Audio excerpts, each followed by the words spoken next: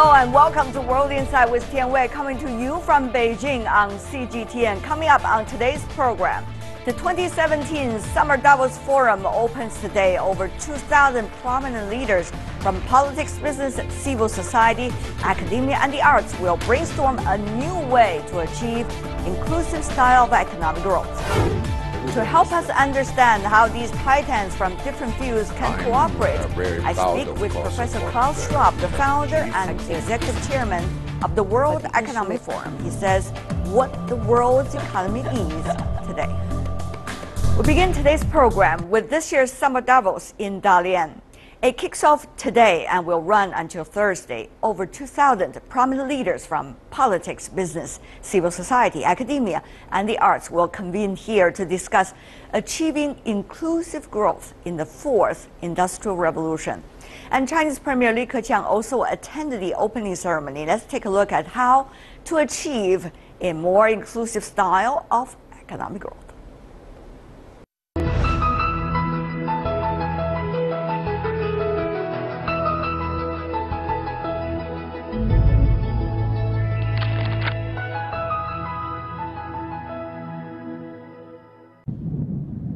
A meeting of world business leaders. This year's theme of the annual meeting of the new champions is achieving inclusive growth in the fourth industrial revolution. More than 2,000 participants from 80 countries will share their thoughts on how to ensure that more people benefit from a new wave of global growth brought about by advances in technology. Premier Li Keqiang made a speech at the opening of the 11th Summer Davos Forum.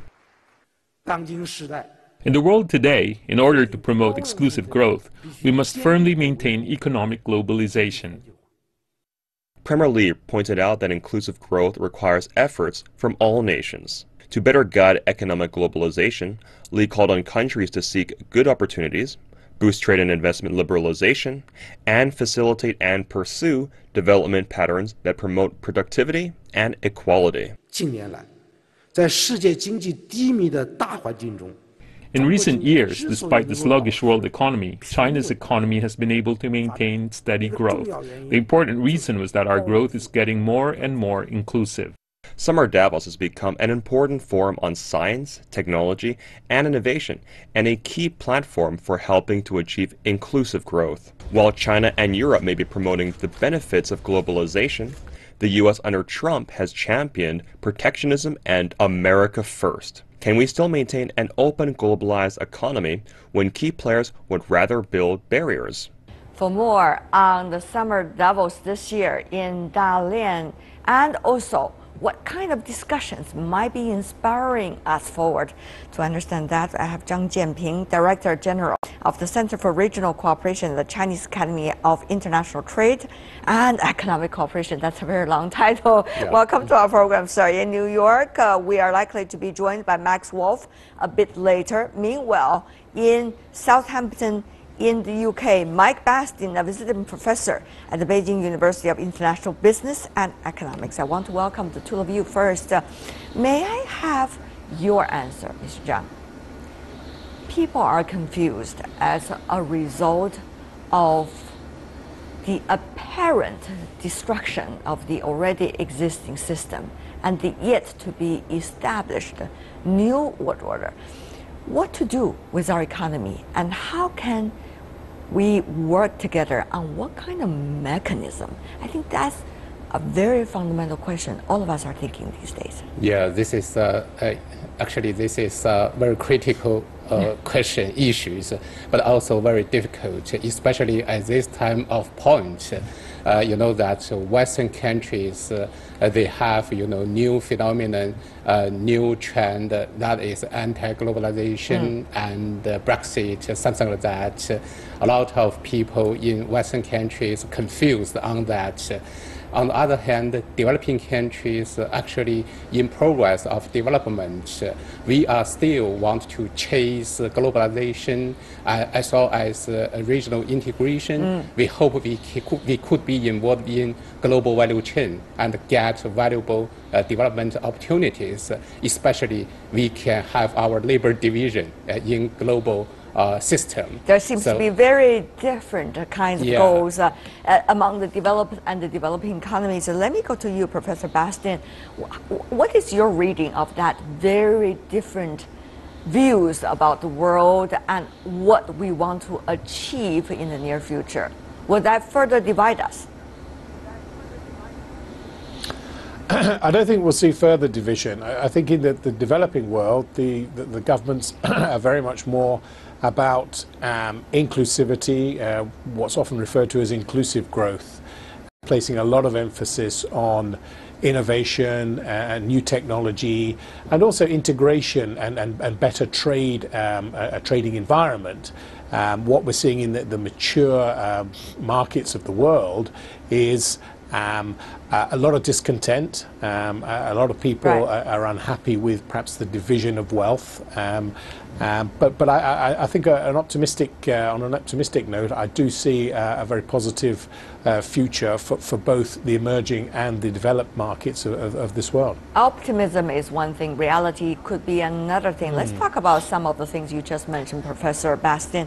One of them is innovation. Of course, Mr. Zhang, innovation is a key word for China as well.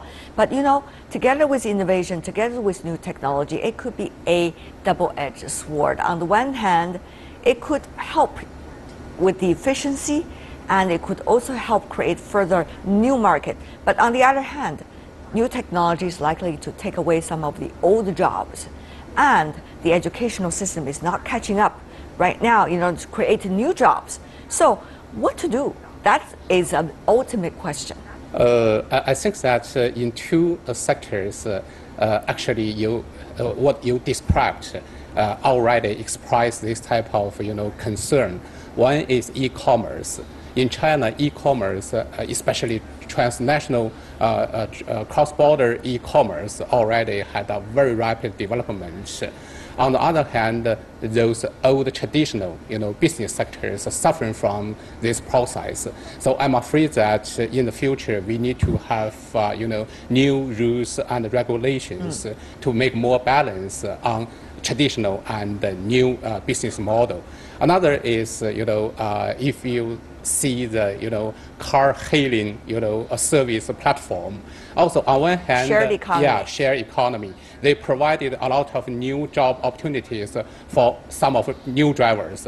But on the other hand, they have their bad impact on those old drivers. Mr. Bastian, you know very well because you've been working in China for quite some time.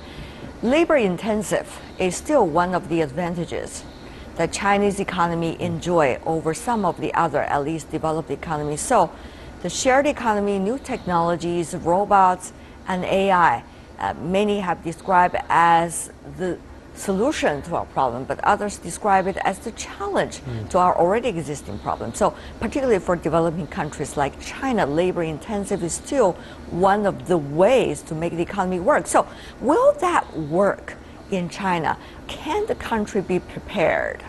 Well, yes, it can. I mean, it certainly needs a change of approach, and this is where this inclusive model of economic growth comes into play very much, and the government, the Chinese government, which is already doing a lot, needs to be very, very actively involved in managing this transition. As you say, labor-intensive industries still dominate. The new industries, innovation in technology, are emerging very strongly in China, particularly with younger generations. Now, the government and other organizations need to work very, very closely together to ensure there is reskilling, transfer of skills, and training for those almost necessary redundancies in perhaps a lot of the Rust Belt industries, and a transition to a more modern economy. So there is a solution. There's probably a short-term, a certain amount of pain, but longer term, I think we are seeing change, and I think the university sector can be far more flexible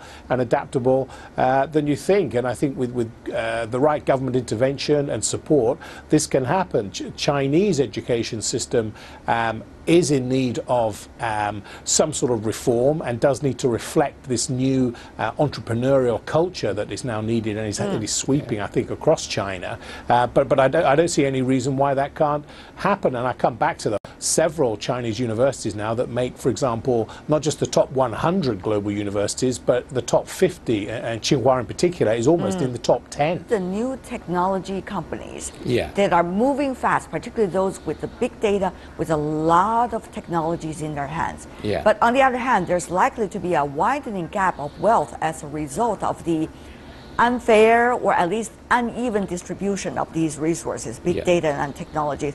So what is likely to be the role of the government? And how is the government going to do it without violating the rules of the market economy, while at the same time try to close the ever-widening gap as a result of technology? Actually, China didn't involve in first industrial revolution as well as the second, but now we just catch up with third and fourth. You have to leap. We have to working very hard. In China, government can play a very important role because both central and local government, they have a lot of tools. For example, from governmental policies, they can provide more and more R&D input. This is one thing. Second thing is that we can adjust our tax system and in order to stimulate innovation. And third one, in order to encourage those firms to have more input on R&D. And we also have a series, policy tools for them. What kind of platform China now as a runner-up to be the front runner in the world can do together with the others? We talk about the Belt and Road Initiative, we talk about the BRICS, we talk about the G20, and yet it seems at this point we still don't have a renewed international and regional system that's likely to carry us steadily forward on different fronts. Professor Bastian. I think that's a good point. I think what China can do, certainly in the short term, obviously China will play and is playing an increasingly leading role in this new world order. Specifically, I think their role in the short term will be to lead integration and more clarity, a more clear direction, economic direction across Asia. And obviously the emerging economies are largely from Asia, so that really will be very, very important for the world order. So I think that's a priority, and I think with the Belt and Road, the Asia Infrastructure Investment Bank, and other initiatives, I think that's really perhaps the priority in the short term. In the longer term, I see China forging closer and closer foreign relations with major powers around the world. And obviously we accept these institutions, the IMization, the G7, the G8, all that's up for grabs. That could be really changed quite dramatically even in the next probably 5 to 10 years, and China will be at the center of new world economic organizations. Max Wolf, the professor of economics from New School University in the United States, is now also joining us. Professor Wolf, it is not the very first time that you and I, together with our colleagues, talk about this, but this is really at the juncture of our world that we see old system do not work 100% anymore, and we see a lot of discontent toward that, and yet the new system not established. Okay, we mentioned several ideas already flying around. AIIB, we talk about the G20, we talk about the BRICS, we talk about some of the regional platforms as well, ASEAN, for example, in Asia, and yet which one of these is likely to provide us with some strong inspirations so that we can further explore in that direction?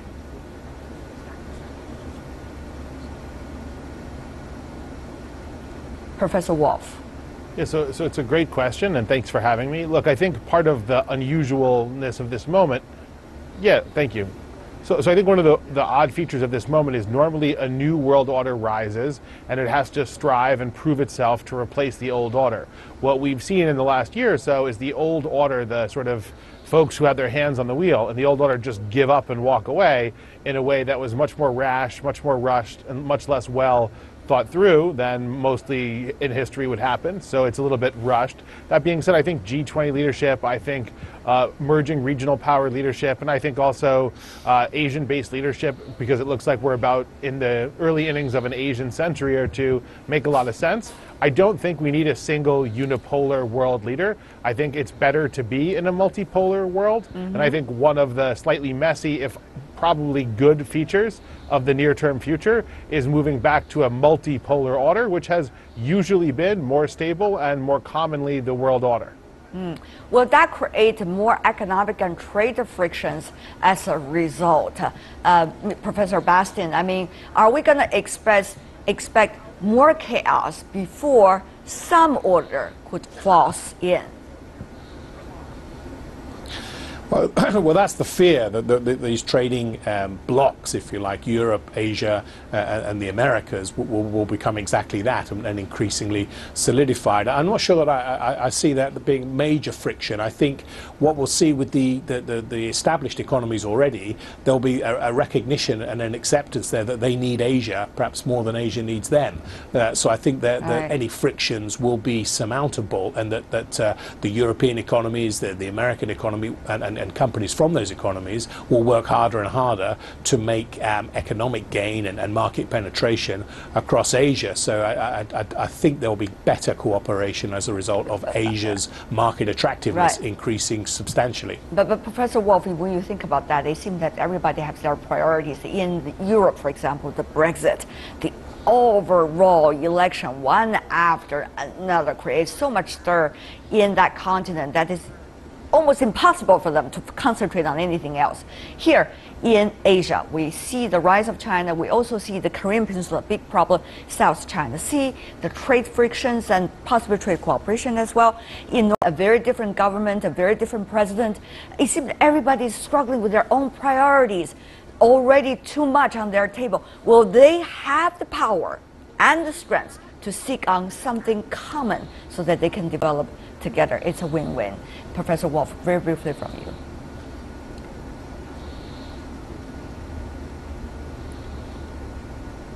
Yeah, I think they will. I mean, I think we're seeing a smaller Europe forced closer together, and I think we're going to see better European-Asian cooperation. And I think that a fair number of countries took their foreign policy from the United States as an aftershock of the Second World War, and I think that's ending. So I think we'll have to have new agreements, but I don't think those new agreements will be weak or win an era that defined by chaos. And Mr. Zhang, here in Beijing, we have 40 seconds for you as well. What is your thought? I think that today Asia, European countries, as well as North American countries, the NAFTA area, actually that's the biggest economic circle in the world. Also, actually, within us, actually, for example, EU and US is the second, the biggest and second biggest trade partners. In this regard, we hope that we can have our very rational, approach to deal with our trade issues. Meanwhile, we need to have more dialogue on those, trade issues. Zhang Jianping, Max Wolf, Mike Bastian, great to have you. Thank you so much.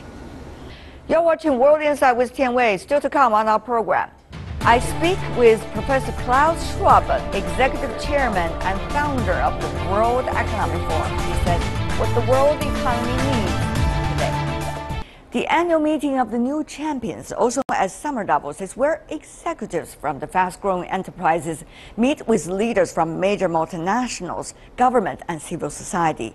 This year in Dalian, they are discussing the intertwined global challenges, be they economic, political, societal, and environmental. We talk with Professor Klaus Schwab, the founder and executive chairman of the World Economic Forum, about his opinion on the economic world today. Prior to our exclusive interview, take a look at this. The theme of this year's annual meeting of the new champions achieving inclusive growth in the fourth industrial revolution is highly relevant. In the world today, to promote inclusive growth, we need to firmly uphold economic globalization. The idea of the fourth industrial revolution is raised by Professor Klaus Schwab, founder and executive chairman of the World Economic Forum. He believes the latest technological revolution is more profound than any prior period of human society. Global economic challenges, such as revolutionary changes in various industries brought by mobile supercomputing and artificial intelligence. Yet, the rapidly developing technologies have left questions on whether human society can adapt to the changes and whether the revolution will further increase income inequality.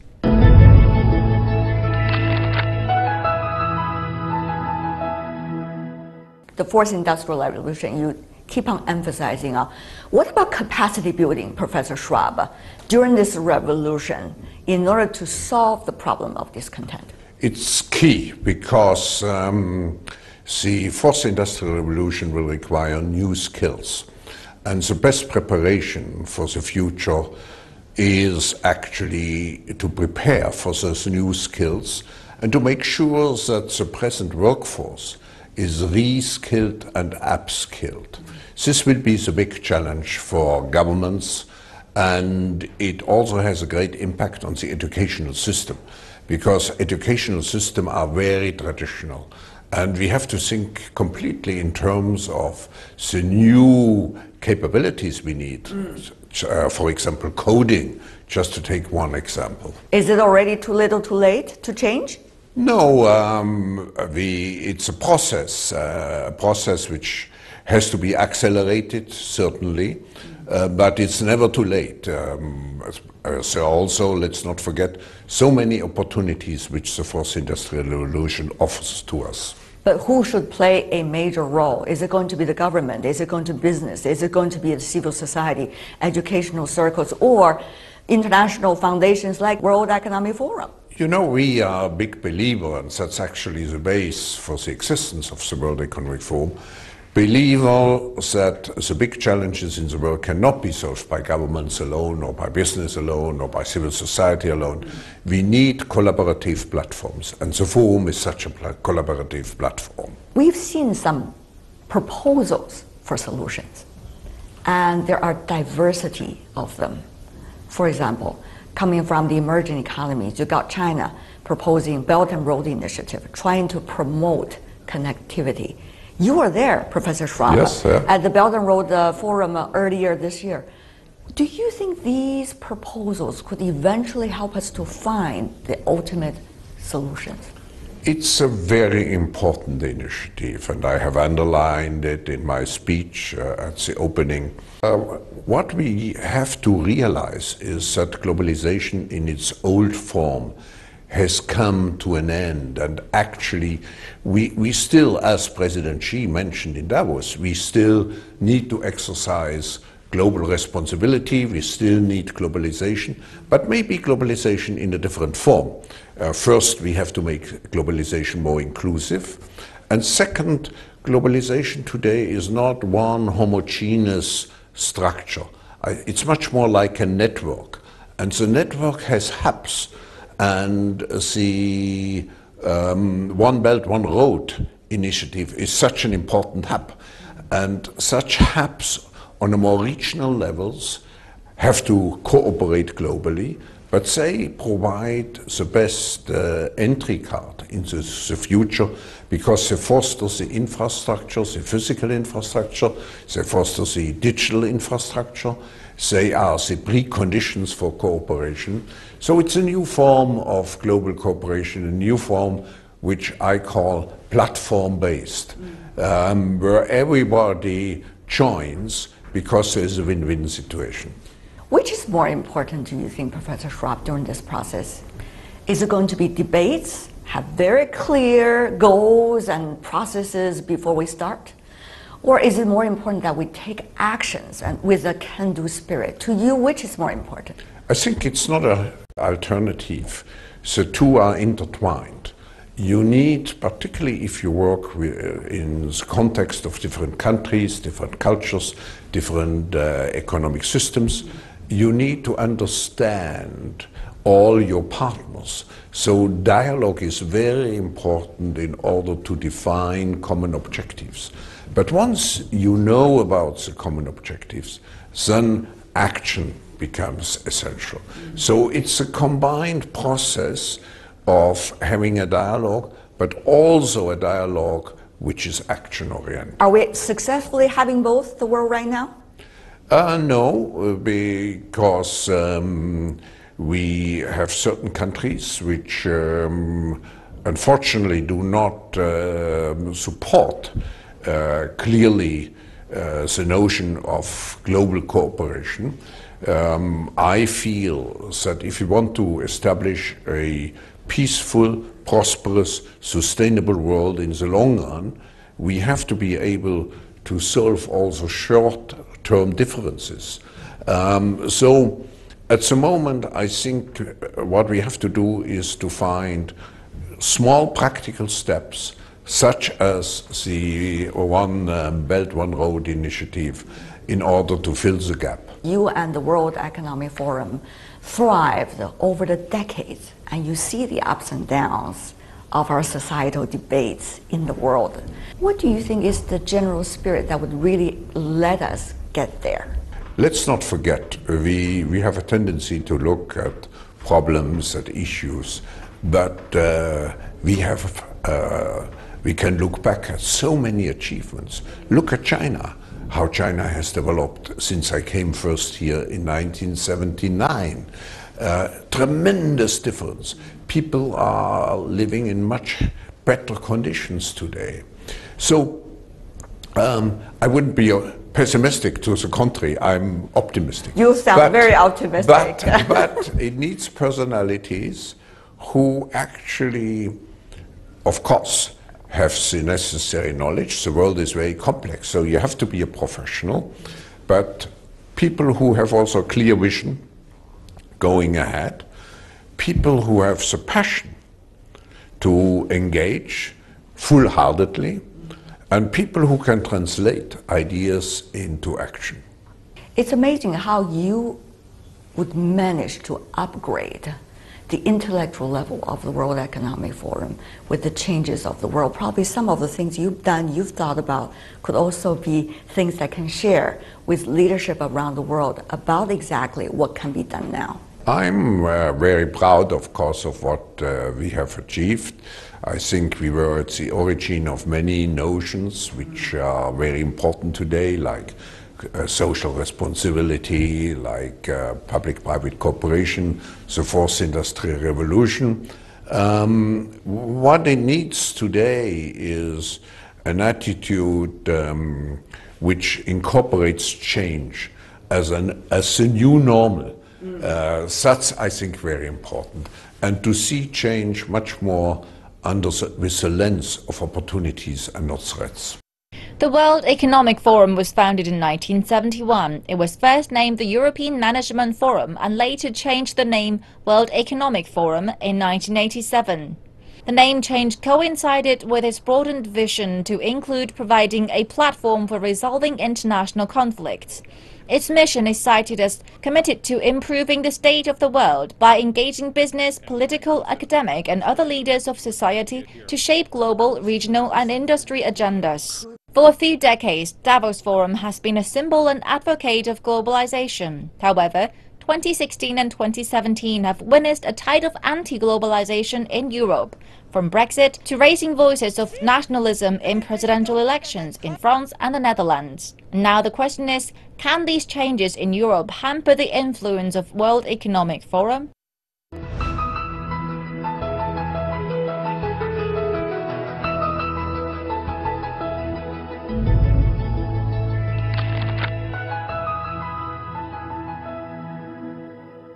Enormous amount of challenging face European continent. Is Europe still gonna be a strong base for a thought hub like the World Economic Forum? Yes. No, yes, definitely it will be. Again, the positive side, let's not forget, for the first time since many years, Europe moves out of the stagnation and will achieve an economic growth of GDP of about 2%, which is quite high for a highly developed region and country. Of course, there's Brexit, but on the other hand, We have seen in the recent elections that the populist movements will not come into power. We will see. Well, it's mixed. It's yeah, mixed. but in principle, if you take the key countries, Germany and France, they will be driven by Chancellor Merkel and the newly elected French President Macron. And I think give a new impetus, a new energy to the European idea. So we will see, in my opinion, a much stronger Europe, maybe without the United Kingdom. Maybe the United Kingdom will come back one day, but I'm a big believer in Europe's future. Is the future still lies in the relationship across the Atlantic or now across the Pacific? Chancellor Merkel has said Europe has to become more self-confident and to take its destiny into its own hands. This means a more independent, a more forceful Europe, which will cultivate good relations across the transatlantic, but as we have seen, it will also be a Europe with very strong ties to Asia and particularly to China. We're at a time of great change. You pointed it out many times, Professor Schwab. But the question is, are we going to learn during this learning curve efficiently and quick enough in order to adjust? That's my biggest concern, that in the future we have a two-tier society. Those who embrace the future, who welcome change, who work hard to exploit the opportunities of change. And then you have the other half, or the other part of the population, maybe it's even a majority, which fears change, which of course has all the reasons to fear change because the jobs may be threatened.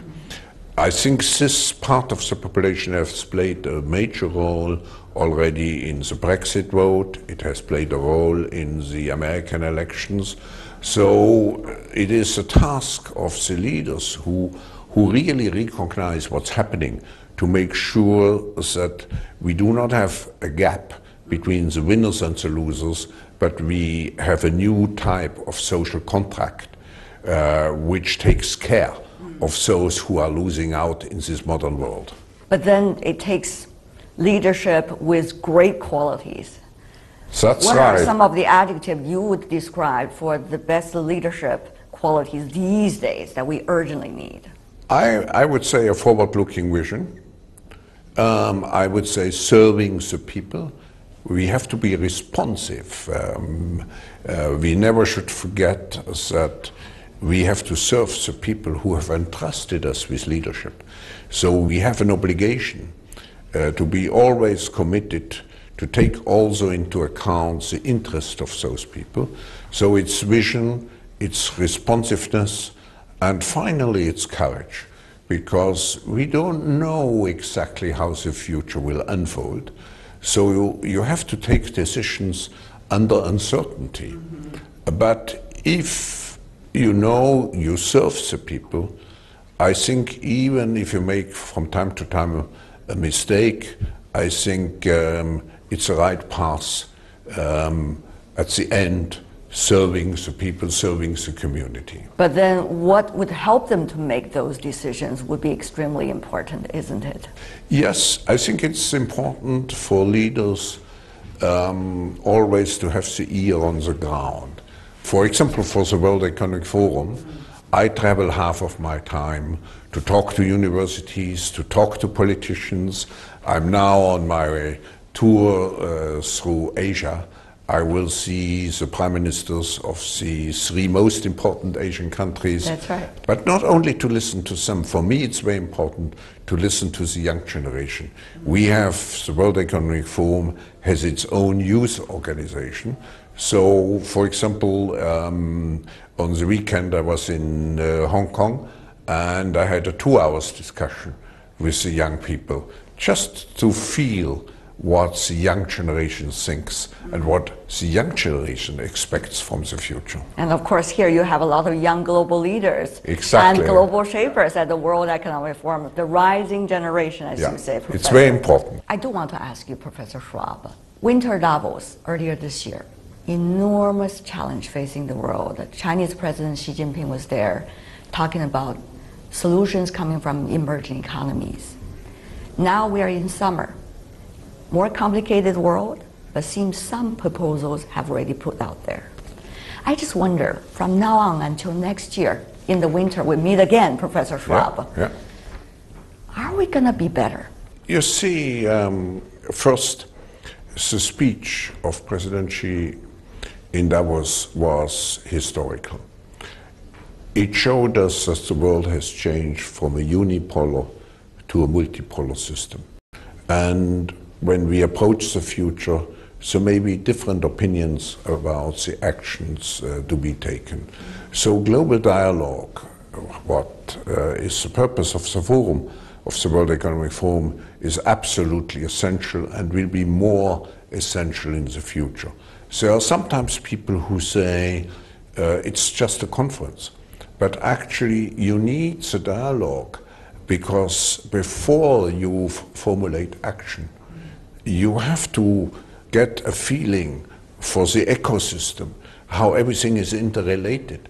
There are no simple answers to very complicated questions.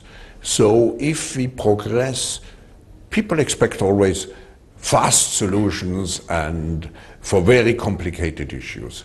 This is not possible. It's an ongoing working process.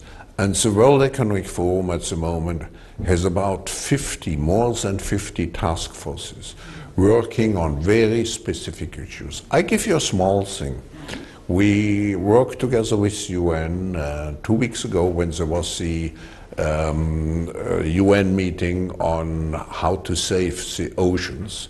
The World Economic Forum brought together a coalition to develop principles how to have a much more sustained, a much more responsible approach for tuna fishing, because tuna fishing is the most important part. So we brought together 50 different actors with very concrete solutions. But in the media, there were, I follow the media of course, there were very few items. So it is not driven forward by big, grand decisions. The world is driven forward by small action, but actions which are integrated into an overall system. Here people listen, here people connect.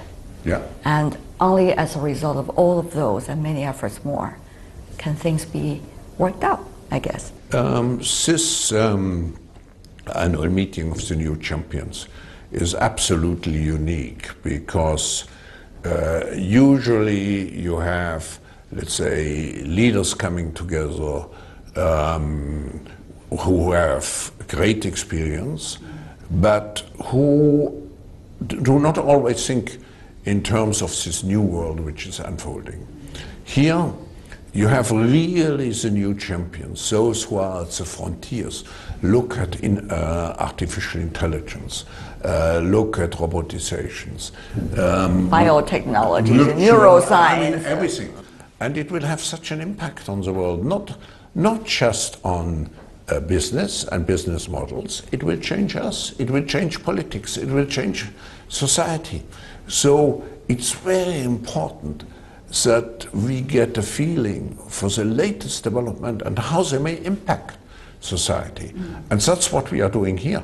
And by the way, what we are doing here is not just a conference. It's integrated, as I said before, in working processes of the World Economic Forum. So everything which is shown here is well prepared, but will be followed up also afterwards. We are looking forward to it. All of these that you mentioned, Professor Schwab. Thank you very much. Thank you for being with us. Thank you. And that is all the time we have for today. If you'd like to see more of a program, try to find us, World Insight with Tian Wei, CGTN in your search engine, or check out our YouTube channel. You can also follow us on Twitter, Facebook, and Sina Weibo. From me, Tian Wei, and everyone on World Insight team, thanks for watching. Tune in again next time for insights across China and around the world.